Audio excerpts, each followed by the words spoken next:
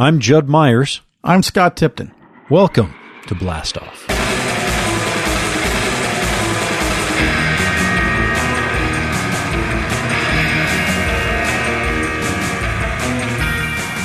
Welcome, everybody, to the Blastoff Podcast. I'm Scott Tipton.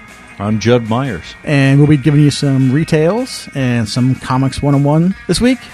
This week's retails is a favorite of mine. I think this is one of the first ones you wrote. And this is where I felt like you found your voice. Well, maybe I found my voice because it is my voice. It's about as close to me as it gets. If not for this story, I would not be who I am today. It's the proof that sometimes things can go wrong, and that makes your life just right.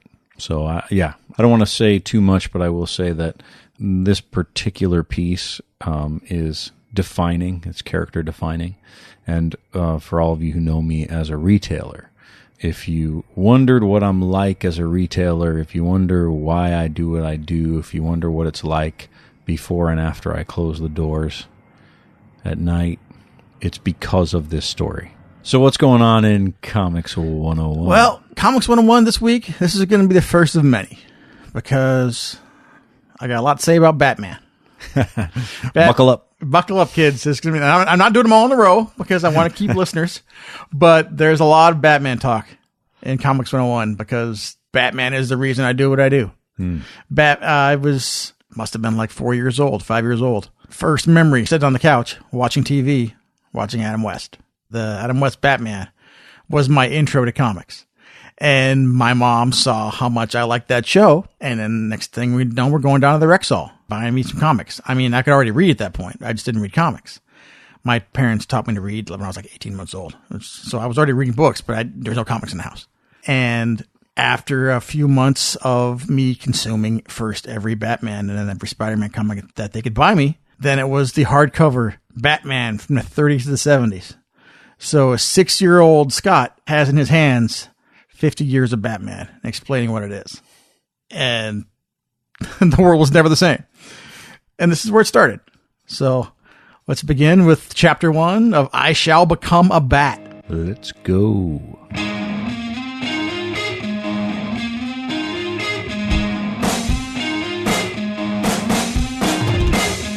The history of comic books, the characters you love, and the people who created them.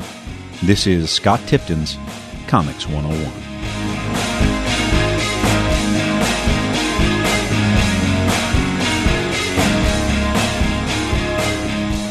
It's time for a trip in the Wayback Machine. Set the dials for the year 1975. Lil Scott has been forcibly called inside from playing in the front yard. Visibly miffed at this development, though not able to verbalize it at age 4, Lil Scott is plunked down in front of the TV while dinner is prepared.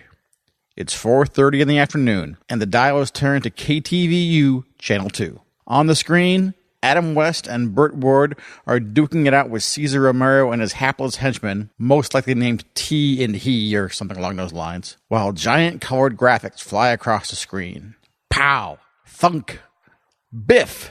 Lil Scott has been introduced to Batman, and things would never be the same. In 1939, artist Bob Kane and writer Bill Finger were looking for work. After the unprecedented success of Superman, Kane was told by National Comics editor Vin Sullivan that he was looking for another costumed hero character for his series Detective Comics. Kane immediately set to work. Using the Superman-style tights as a basis, Kane came up with his new character, Batman, sporting red tights, a black domino mask, and bat wings inspired by the designs of Leonardo da Vinci's ornithopter, a bat-winged flying device. Kane took his designs to Finger, who suggested changing the mask into a full-head cowl-type hood with bat ears, the wings into a more scalloped cape, and the red tights to a more moody gray.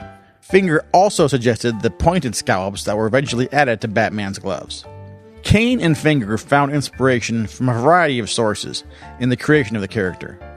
According to Les Daniels' book, Batman, The Complete History, Kane was inspired by 2 films.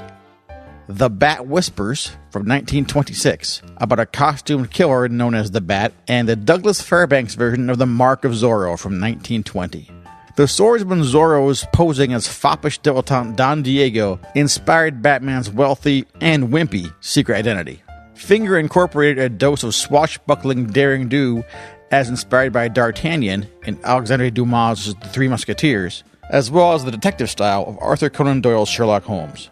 The pulp hero The Shadow was also an influence, notably the black flowing cloak, as well as his double life, split between the Shadow and his alter ego socialite Lamont Cranston. Batman made his first appearance in Detective Comics number 27 in May 1939 in The Case of the Chemical Syndicate, but the story bears a byline by Robert Kane and Kane alone. What's up with that? The omission of Bill Finger from much of the public credit for Batman has been a decades-long sticking point for comics historians. Essentially, Kane was contracted to provide Batman for National, with Finger as his employee. It was common practice in the early days for newspaper comics and comic books to only credit the artist and not his writers or assistants. But considering how much Finger contributed and would continue to contribute to the Batman mythology, the omission remains galling. Notoriously bad at standing up for himself, Finger was perpetually insecure about his reputation and his ability to land work, in part because of his struggles with writer's block and deadlines. Kane, however, had no such insecurities. Unlike Siegel and Schuster, Kane was a shrewd businessman and negotiated himself a deal for Batman that ensured the continued appearance of his byline, as well as a much richer contract for future Batman stories than Siegel and Schuster ever had for Superman. Finger went on to co-create Robin, many of Batman's villains, Gotham City, and much, much more over the course of 3 decades and hundreds of Batman stories, but he never saw any of the fame or riches that Kane did, and died relatively unknown and penniless. Decades later, though, Kane himself admitted that he should have given Finger a byline. The first Batman story, The Case of the Chemical Syndicate, is a fairly standard pulp-style murder mystery, with the Batman investigating a series of murders involving a group of business partners. The story is mostly notable for Kane's simple, rough style of art and the ruthlessness of Batman himself, who knocks the murderer into a vat of acid with few compunctions. While there's no Batmobile in evidence, Batman does tool around in a large sedan, which surprisingly is bright red, so much for stealth. Although the Batman's later penchant for gadgetry and equipment is absent, he does exhibit his trademark quick thinking when he saves one of the business partners from a deadly gas chamber by tagging off a gas valve with a handkerchief. The Batman costume itself doesn't change much. Only the small purple gloves and uniquely shaped cowl stand out as early variations. Commissioner Gordon is also introduced in his first story, beginning a long career of being one step behind Batman. A better example of the early Batman plotline can be found in the story The Batman Meets Dr. Death from Detective Comics number 29 in July of 1939. Many of Batman's later story conventions pop up here, including the sinister villain type Dr. Death, as opposed to run-of-the-mill hoodlums, and the Utility Belt. In the Utility Belt's earliest appearance, Batman loads it up with items for a specific operation, rather than the universally equipped bag of tricks it becomes in later decades. The story also features something that would become a running theme in the Batman comics: an injury. In sharp contrast to the invulnerability of Superman, Batman takes a bullet in this story, the first of many injuries and wounds that the decidedly mortal Batman would suffer. The early Batman appearances are entertaining, if slightly out of character compared to today. In several stories written by Gardner Fox, the Batman is even more vicious than in his first appearance, carrying a sidearm and using a machine gun to shoot down innocent people who've been turned into zombie creatures, with little more than a remark that the poor devils are better off this way as justification for the killings. However, a mere 2 pages in Detective Comics number 33, November 1939, would alter the character forever, elevating Batman from just another pulp hero to a true piece of modern American mythology. Looking to develop Batman's character further and give him some motivation, Bill Finger and Bob Kane constructed a masterful origin sequence, both perfectly logical and emotionally devastating. By now, we all know the story. Thomas Wayne, his wife Martha, and their young son Bruce are walking home from a movie when they're accosted by a mugger. When the criminal tries to grab Martha's necklace, Thomas interferes, and the mugger shoots him. When Martha calls out for police, the mugger shoots her as well, then runs away. Young Bruce is left alone on the pavement with the bodies of his murdered parents, and he swears an oath to avenge his parents' death by devoting his life to warring on all criminals. Jump ahead to an adult Bruce, who has spent the ensuing years in preparation and training. becoming a master scientist and training his body to physical perfection. Ready to begin his war on crime, Wayne ponders how exactly to go about his quest. Criminals are a superstitious, cowardly lot, so my disguise must be able to strike terror into their hearts. Just then, a huge bat flies in through the open window. A bat! That's it, it's an omen. I shall become a bat. The simplicity of Batman's origin can distract the reader from its psychological underpinnings. It may seem a bit of a genre cliche now. His parents are murdered by criminals, so he fights crime. But it certainly was not in 1939. American society was only beginning to see the urbanization of its cities and more common street crime. Moreover, Batman keenly taps into one of the primal fears and insecurities of children: parental abandonment. Over the years, writers have revisited and revised the origin, but not by much. The one significant story element added in the late 1940s, the identification of Bruce Wayne's parents' gunman as Joe Chill, and Chill's eventual confrontation with an adult Batman, has been wisely edited out of Batman's origin in recent years. Batman's motivations make more sense if his own personal tragedy remains unresolved. The origin story was so effective in cultivating an emotional bond between Batman and young readers that it was used again in 1940 when Kane and Finger added a new character to the series, one that altered the character forever and fundamentally changed the nature of the series: Robin the Boy Wonder. Although national editors were at first skeptical about a child character in harm's way fighting alongside Batman, sales doubled after Robin's introduction, and they quickly changed their tune. Robin made his debut in Detective Comics number 38 in April of 1940 in the sensational character find of 1940, Robin the Boy Wonder. Catchy title. The story opens when young circus acrobat Dick Grayson overhears a circus owner being threatened by local gangsters demanding protection money. Later, at that night's performance of The Flying Graysons, the trapeze rope snaps, and John and Mary Grayson, Dick's parents, fall to their deaths before the eyes of their son, a shocking and deliberate echo of Batman's origin 5 months earlier. Dick overhears the gangsters gloating about the accident and is about to go to the police when Batman stops him. The whole town is run by the organized crime kingpin Boss Zuko, Batman explains, and Dick would be killed if he went to the police. When Batman explains that he was a victim of a similar circumstance, Dick insists on joining his crusade, and the duo swear an oath, and swear that we two will fight together against crime and corruption and never to swerve from the path of righteousness. Heavy stuff to ask of a 10-year-old, but considering Dick's recent experience, it works. After many months of training and preparation, Dick Grayson is ready for action as Robin. His addition permanently changes the dynamic of the comic. The dark moodiness gradually lessens over time, and the days of Batman as a dark vigilante are over. By 1941, Batman and Robin refer to their convertible roadster as the Batmobile, but it's still fairly indistinct, save for a small bat-shaped hood ornament. Sometimes, though, bats gotta fly, and Batman is no exception.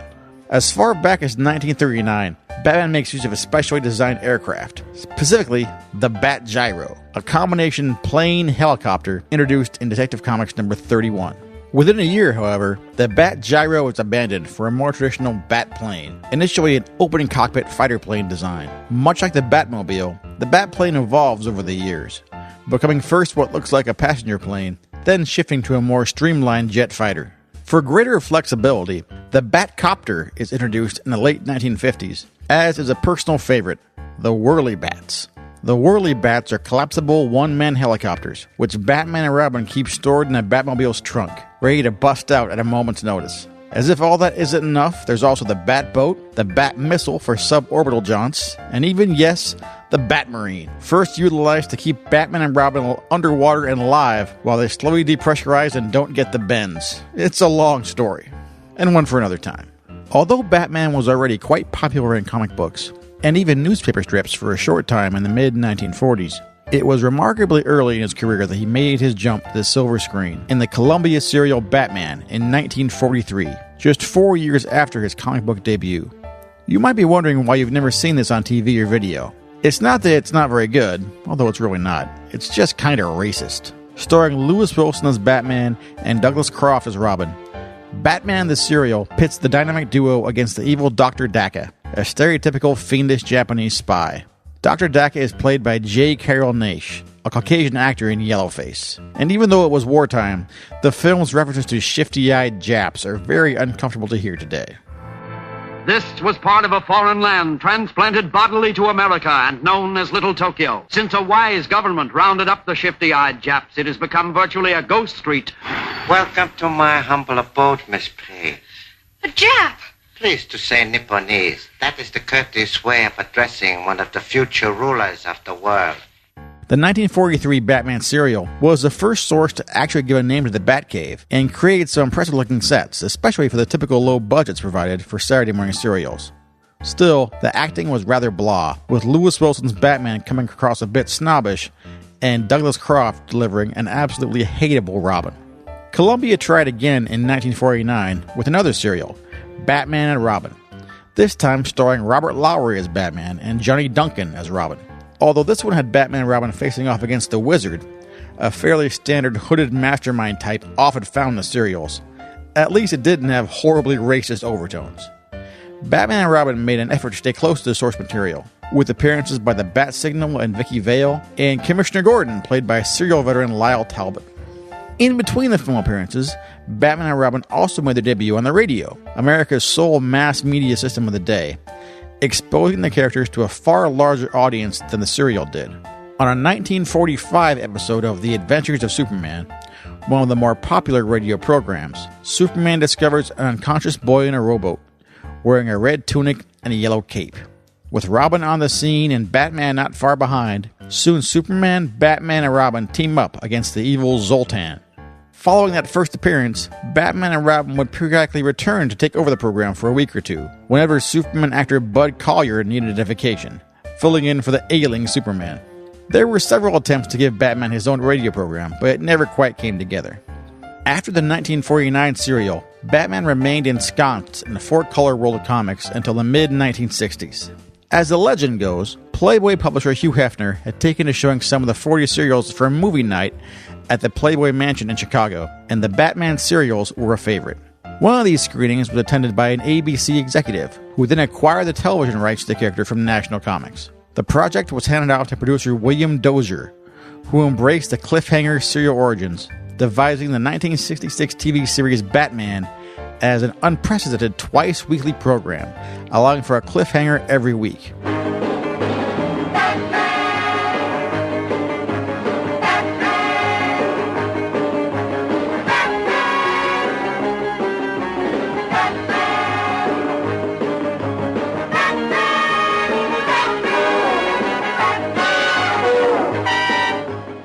Also held over from the serial approach was the over-the-top narration provided by producer Dozier himself.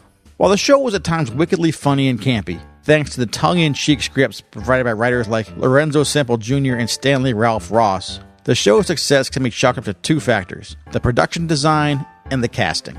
The Batcave was one of the most fantastic sets ever created for a television series. Throw in the various villains' lairs, the bright, garish costumes, another key to the series' success. Color TVs were a relatively new arrival in 1966, and nothing on TV was more colorful than Batman. And of course, the fabulous George Barris-designed Batmobile, and you had a show that looked and sounded like nothing else on television. Of course, all this would have been moot without the right people inside the costumes. Anchoring the series was Adam West, who wisely opted for a more understated portrayal of Batman, only chewing the scenery when it was really called for, and otherwise maintaining a deadpan approach that made his lines all the funnier. Though West wasn't called upon to play Bruce Wayne that much in the series, when he did, it was with a droll smoothness that fit the character well. Joining West was neophyte actor Burt Ward, who brought an emphatic enthusiasm to the role of Robin, one that didn't call for much besides the ability to wear the outfit and not look horribly out of shape. The Batman and Robin parts were cast with solid, if unremarkable actors intended to serve as a baseline for the show's real stars, the villains. In a now legendary casting coup, the parts of Batman's four most significant villains were each filled by actors who would forever define the roles, and in turn be forever identified with them. The first to appear was the Riddler, played by comedian and impressionist Frank Gorshin. A popular nightclub act and character actor in film, Gorshin was catapulted into stardom by the part. His Riddler was a manic, hyperactive antagonist, constantly chortling and skittering about the scene, and occasionally letting loose his trademark Riddler laugh, instantly identifiable to this day. Correct, boy wonder. In an interesting side note, Gorshin disliked the closely fitting Riddler tights so much that on some days he would just refuse to wear them, requiring the creation of a second costume for the Riddler. A natty green sport jacket, tie, and derby combo that became just as closely identified with the character, appearing in Batman comics, cartoons, and toys for decades to come. John Astin of Addams Family fame made a single appearance as a Riddler, but he lacked the frantic giddiness that Gorshin brought to the role. Appearing most frequently was Burgess Meredith's Penguin. The Penguin worked better on screen than he ever did in the comics, thanks to Meredith's charisma. The actor's waddling and squawking character was a favorite with audiences, and the villain returned to the program again and again. The Joker also showed up quite often, played with zeal by Cesar Romero. Romero's Joker was also a standout, gleefully chewing the scenery and bounding about the room as the clown prince of crime. Somehow, the Joker's dyed white mustache didn't even register as out of the ordinary. While the Joker's laugh still came in second to the Riddler's, Romero's booming chortle and incessant chuckling served the character well.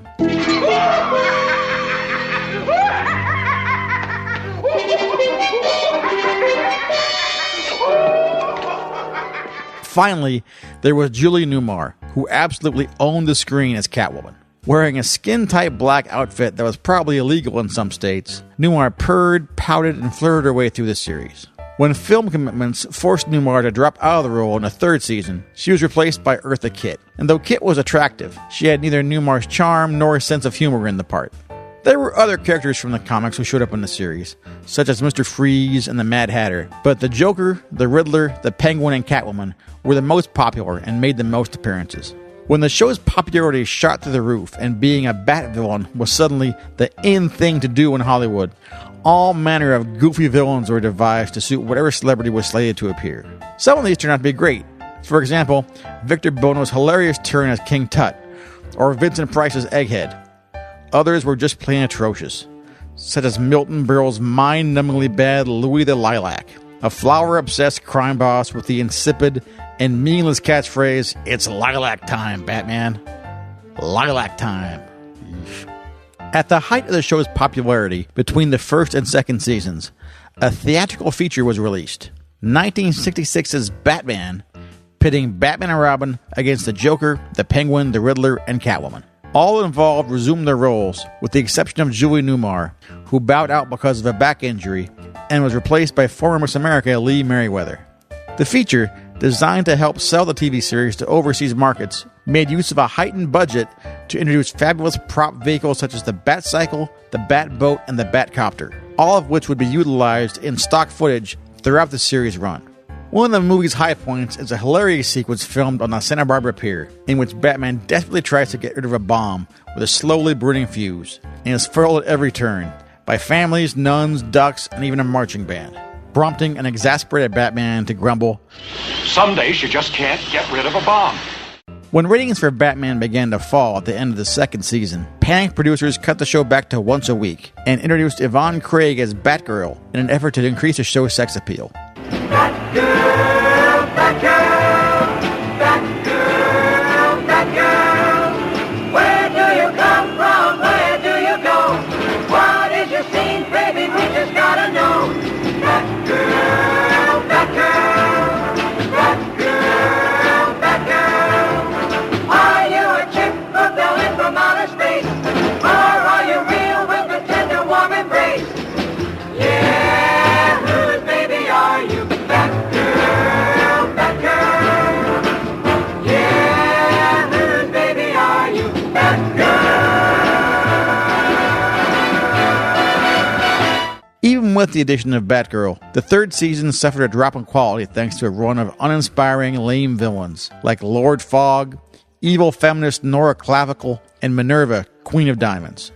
Still, the season was not a total loss, as we did get to see Batman face off against the Joker in a surfing contest, in the episode Surf's Up, Joker's Under. By the end of the third season, ABC wanted out, and the show was canceled.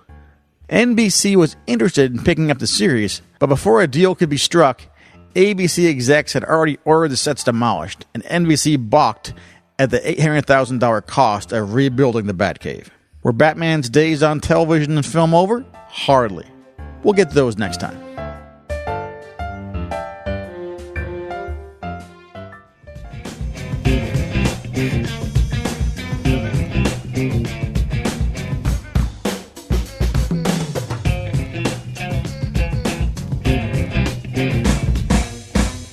Now it's time to listen to Harley talk some more with our DC superfan, Amelia.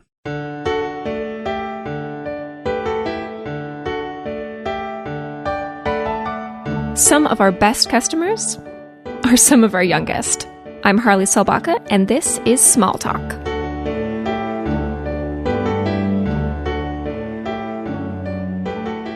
And if you could be any superhero, which superhero would you be? Well, I would probably be Wonder Woman because he's like super strong and basically almost the same powers as like She-Hulk. Yeah, and She-Hulk's really strong. Does she have other powers though? Wonder Woman does have like the lasso of truth, which is not a power. But it's pretty cool. What does she do with her lasso of truth? She just like puts on people and then they tell the truth. I wish I had one of those. Do you wish you had one of those? Yeah. What's her ride? What does she get around in? Her invisible jet, and actually she can fly all by herself. She's got a lot of cool powers. Yeah.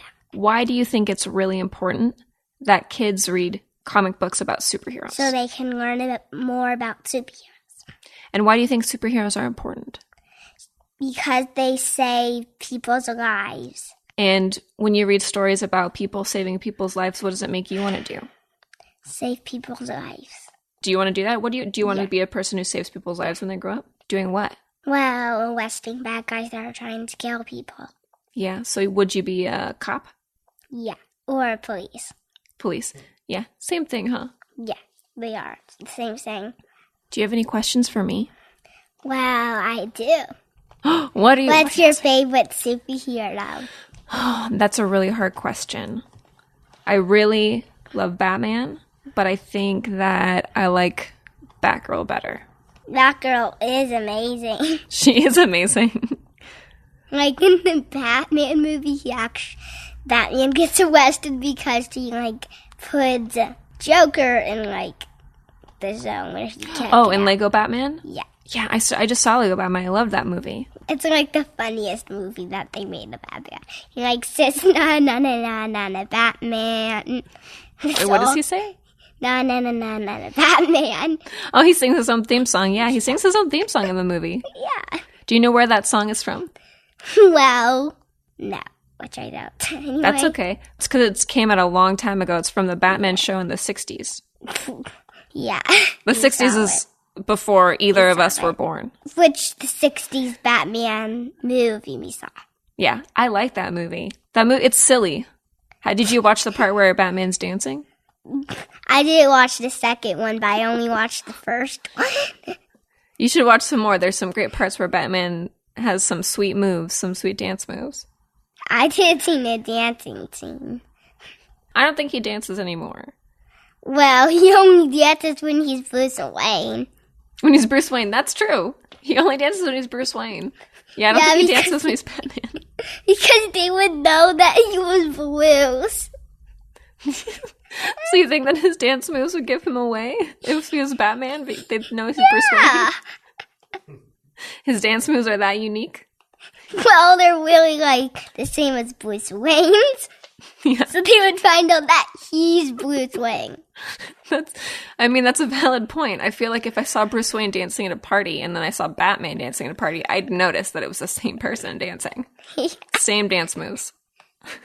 How do you draw superheroes? Like the real foot of Spider-Man. How do I draw superheroes?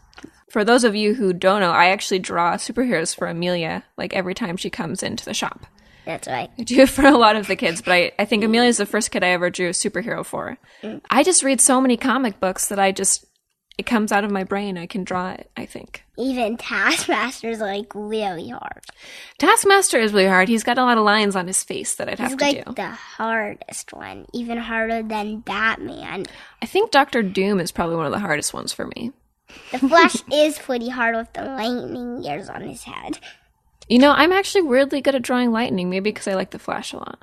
How many superheroes have I drawn for you? Can you name them? I don't even remember. Well, She-Hulk, Batman, Yep. and, well, Wonder Woman, Mm-hmm. and, Aquaman, right? yeah, Yeah, that was one of my worst ones. and Green Lantern. Green Lantern. It's always fun drawing superheroes for you, though, because you get excited. Yeah. No one else gets as excited about my art as you do. Well, you never draw this thing for me anyway.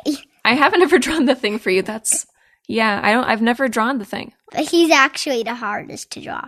Now that I think about it, yeah, he's going to be a challenge. Because he has, like, only pants on, like, no shirt on.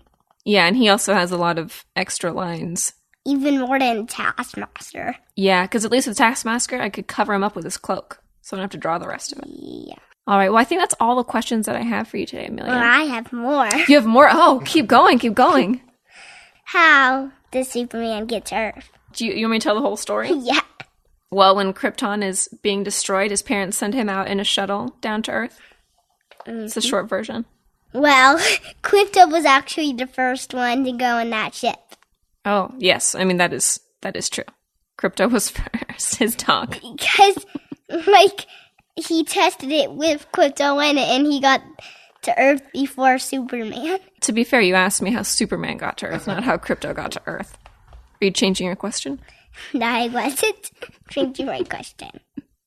You're just educating me more. I understand. You know a lot about this stuff. Well, I know that actually the girl Wolverine was actually a clone of the real Wolverine. Yeah, X-23, yep. She's a clone of Wolverine. Mm-hmm. But she actually was nice, but then, like, they captured her to make her a clone, and then they actually lied to Wolverine that say one of our escaped. And she also has an extra claw, doesn't she, on her foot? Yeah. Yep. On her foot. But Wolverine does it. He doesn't. She has an only extra has claw it on because his she's a girl. Yeah. She's got extra defenses. So no one can, capture her except really strong bad guys. That's true. Even when she's little, she's really tough. Mm-hmm. Do you think you could be as tough as X-23? Well, I don't know about that. But she's even tougher than, Wolverine. But, X-23's, she has backup plans when her first plan doesn't work. Do you have another question for me? Yes. Okay. How did Supergirl get to Earth? Well, it's like the same way as Superman. Do you know what happens when they get to Earth, though? Yeah. What happens when they get to Earth? Together. At some point, I'll have to show you what happens in the really old comic. Do you know what happens? When Supergirl lands and she comes out and she's like, "Hey, Superman, I'm your cousin." He's like, "Oh, cool." And then she's like, "Can I come live with you?" And he says, "No." Seriously, that's what happened. But actually, the show that I watched is going in there, and then when time Supergirl got there, Superman was always in the Supergirl show. Yeah, and then because she gets delayed in space. in a wormhole in space. That's what they said. Space, yeah. So that she gets delayed, so she gets there later instead of getting there at the same time as him. Mm-hmm. But they actually were in the same ship in there. He was a baby, and the Supergirl was holding. Which it's really funny when the bad guy puts her in a wedding dress. Wait, what? I haven't got to that one. I'm behind. Don't tell me spoilers. I don't want to know. I was just telling you. I don't want to know. Is that happening in a new episode? Yeah, he puts her in a wedding dress today. Oh my gosh! And I need to catch up. Ring. One that goes on her thumb. You're blowing my mind right now. I have to go watch Supergirl. It's really funny. And then he really actually dressed up as and all the people that are not superheroes, they say a bird, it's a plane, it's Superman, but he has a beard, so he's not like Superman. Superman has a beard sometimes. Yeah, but not a little bit. Not a he tiny has beard. A little bit of it. Is it like one of those? It's like a weird little beard. That's why Superman wouldn't have it. Only has little hairs glowing.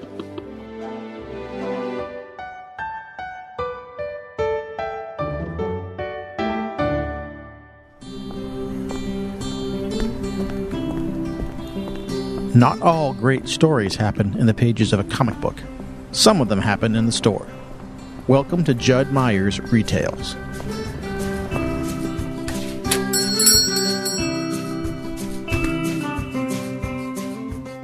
I no longer consider myself a comic book collector. There, I said it. It's out in the open. I have no long boxes in my closet, no special runs, no complete limited series. It wasn't always this way. You don't become a comic retailer unless you've got some kind of obsessive history with the medium. I began collecting comics when I was 8 years old, and I relentlessly hunted and gathered right up until I started my first business. But the day I began my life as a reseller, my life as a comic book collector ended, and my life as a conduit began. It was difficult at first to stop the addiction. No going cold turkey for me. I was willing to sell the tens of thousands of books I'd amassed in my lifetime. That was my startup inventory and the foundation for future growth, but still I secretly coveted. I'd take out the complete Miracle Man run with every intention of putting it out for sale, and then after reading through it for the umpteenth time, it would somehow make its way back into the bottom of a to-be-processed pile. From 1950s Green Lantern books to the complete epic that was Preacher, there were still books I couldn't get out of my system. Little by little, day by day, my stubborn insistence on not letting go dissipated. The need to pay the rent and feed my family helped immensely. Soon the piles of untouchables began flowing out into the hands of my customers, and over time, I even began to feel happiness watching them leave the nest. After years of practice, I've become a middleman. My deep-rooted desire to fill the gaps in my collection has been replaced with a desire to fill the gaps in yours. Hunting and gathering is still a part of my daily routine, of course. I'm a Jedi Knight when it comes to filling out inventory, and I'll always be the guy who can get it for you. But I'm no longer one of you when it comes to periodicals. My genetic makeup has been irrevocably altered. Don't get me wrong, I read every damn book I can get my hands on. I'm voracious, and my appetite for what goes out on my racks is unstoppable. Whatever you think you know about the current storylines, it's my job to know more. My love of the stories and what goes on inside the panels has grown larger than I ever thought possible. And with the transcendence of the graphic novel market, I get to revisit all of the joy of my own personal reading history without having to dig through boxes to remind myself how the stories ended. Sure, I have a small warehouse I can visit that's filled with all of the back issues being collected into beautifully remastered hardcovers. But those are for my customers. I'll admit to ordering a personal copy of the odd Absolute Edition or a statue here and there, but for the most part, I've let go of the emotional touchstone of holding a back issue in my hand and feeling the need to tuck it away, knowing there are many others in the world like it, but that one is forever mine, for the most part. Yes, there's still a comic book that I can't help but covet. Dear listener, I've tried to let it go.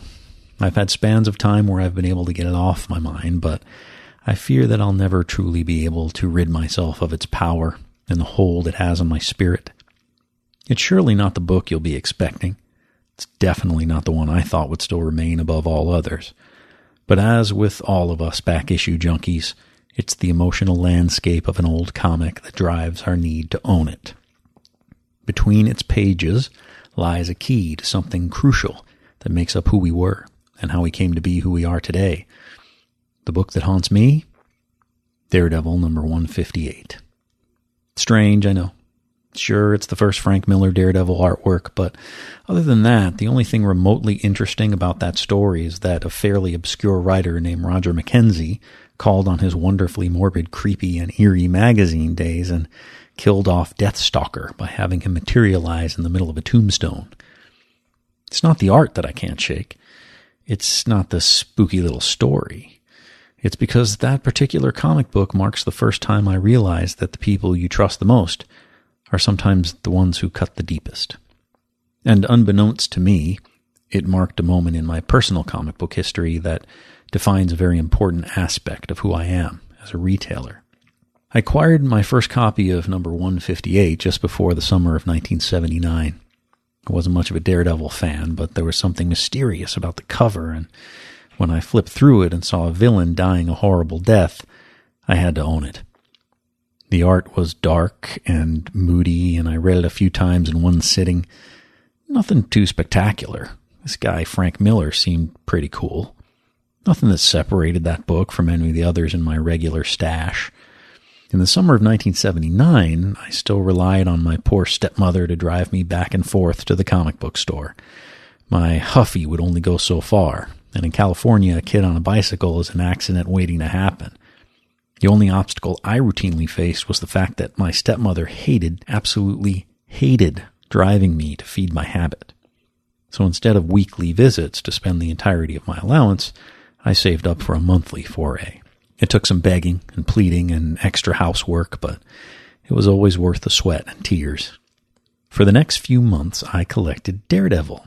The art got darker and darker, and it seemed that old DD was turning into some kind of ninja. Cool beans. Just at the end of the summer, not long before school was about to begin, I sat on my bed and flipped open my monthly bounty. And one of my favorite things to read was the Comic Buyer's Guide. Inside were classified ads and price guides for the latest comic book titles. I knew nothing of Robert M. Overstreet, so these ads were my only barometer for what comics were worth. That day, I scanned the listings and saw something truly spectacular. It seemed that my super cool copy of Daredevil 158 was now worth a whopping $20. Back then, $20 was a whole heck of a lot. And for a 40-cent comic book purchase, that was a serious return on my investment. I recall the uproar when comics went from 35 cents to 40. Folks were up in arms. They screamed in the pages of Comic Buyer's Guide that the industry would collapse, that readers couldn't possibly afford that kind of increase during a terrible economic downturn. Sound familiar? Now, I liked Daredevil. It was fun and seemed to be getting better and better, but there were mountains of titles I liked, and $20 would buy me 40 issues. So I hatched a plan. I would sell it back to the comic book store and spread out the money for as long as I could. Every time I'd pick up my new comics, I'd add another couple of dollars to my allowance and try 5 new titles that I'd never read before. I could barely contain my excitement. I boldly approached my stepmother, guide in hand as proof of my personal victory. How proud she'd be of me. Finally, she'd see just how special comic book collecting was. I wasn't a nerd. I was an entrepreneur. Of course, I got the same heavy sigh, the same blank stare, but I begged, I promised, I negotiated.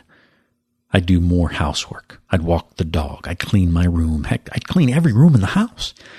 If only she'd take me to the comic book store so I could collect my winnings. Gas prices were going up. Money was tight, and she wasn't about to pretend to be enjoying the experience. But she relented. I recall looking up at the counter. The manager was just an ordinary young guy, but all I saw was one of King Arthur's knights. He was a god to me, everything I wanted to be. He looked down and asked what he could do for me. I confidently pushed my copy of 158 across the counter and said, I read in the guide this is worth $20. I'd like to sell it to you so I can buy some other stuff. He smirked, looked me up and down, tilted the comic into the light and said, yeah, this one's a reprint. It's only worth about $1. I was mortified. How can it be a reprint? I said. You just bought it a few months ago. He replied, it's a hot book. Sold out everywhere. Marvel rushed out some more so people could read it. My heart sunk in my chest. The guy didn't say anything about reprints. My universe was swiftly tilting. My friendly neighborhood comic book guy leaned down and said, look, normally I only give someone 20% of what a comic book is worth when I do a buy-in, but I can tell you're a good kid. I'll go up to 50% for you. He then reached into the register, pulled out 2 shiny quarters and slapped them onto the counter. 50 cents. My outrageous fortune had turned into the price of a big gulp. I turned to look at my stepmother standing by the door of the shop. She looked at her watch, tapped her foot, glared at me and raised her eyebrows. As the sweat beaded on my forehead, I realized I had no choice. How could I face her and admit utter defeat? I'd lose any goodwill surrounding my hobby built up on this one visit. I might never be able to convince her to take me to get my books ever again. So I looked up at the man I respected, the man I knew would never do me harm, and I said, okay, I'll do it. He took my 158. I took the 50 cents. And nothing would ever be the same. Let's go, yelled my stepmother. I've got things to do today. I couldn't leave empty-handed. I just couldn't. but I was plain out of time. So I turned around and grabbed the first book I saw. I put it on the counter and told my comic book guy to ring me up. 75 cents, he said. I placed the 2 quarters he'd just given me back on the counter, added a third from my pocket, and walked out with my purchase. Worse still, I lied to my stepmother. Driving home, she'd asked me if I'd gotten the $20. I told her I'd decided to trade the book for one worth twice as much. I held up the latest issue of King Conan that I'd just traded for my 158, pretended it was the Golden Palace of the Himalayas, and wondered if I'd like this Conan guy as much as I liked Ninja Daredevil. I didn't. Still don't. A few weeks later, I was back to relieve myself of my allowance. I did my hunting, brought my books to the counter, and said hello to my comic book guy.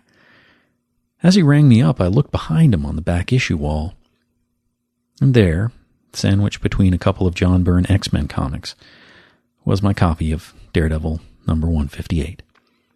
A big sticker announced the asking price. $25. That's my book, I said. You said it was only worth $1. No, it's not, said the comic book guy. That's first print. But that's my comic book, I insisted. He looked down at me, his eyes glowing in a way I'd never seen before, and said, No, kid. That's my comic book. Tears welled up in my eyes. I could hear my heart break. Betrayed, lied to, tricked. I knew these things happened in the real world, but I never thought it could happen in a comic book store. Comic stores were sacred, immune to the darkness in men's hearts. I left my comics on the counter, walked out, and never went back. I've traveled many places in the world. I've worked, owned, and visited countless stores on my journeys, and I've purchased more copies of Daredevil number 158 than any other human I know. If I see one, I buy it. Doesn't matter what condition it's in. I'm not sure why I do it. Maybe I hold on to some fantastical belief that one day I'll buy the one that was taken from me so many years ago, that I'll know immediately the one I'm holding is the very one I lost. Of course, the comic isn't what I lost that day. It was something more akin to innocence. Folks stroll into my store every day looking to sell their comics. I treat everyone with respect. I relish my reputation on the street as a fair and honest retailer. I try to always offer a higher percentage than my competitors. I break out the Overstreet Guide and go over my grading and pricing with whomever I'm buying from. We do it together. If we don't agree, we don't deal. I've had scores of young kids come in on my watch, and I immediately recognize the gleam in their eyes. They pass their books across my counter looking for treasure, for a golden ticket. Do you absolutely have to sell this comic? I ask them. If they say no, you know what I tell them? Don't. Holidays and birthdays come and go. Casual acquaintances will give me small gifts as kind gestures, and I'll be grateful for their intimacies. But for those who know me well, for those who know the sordid tale of 158, I know exactly what's inside that loosely wrapped gift. And other than the love of my family and the clear-eyed truth of my comic book store, it's still the best gift that I open. It's a power totem, one that forever reminds me to play fair, to keep the kid gloves on, and to keep my store a safe haven, immune to the evil that men do.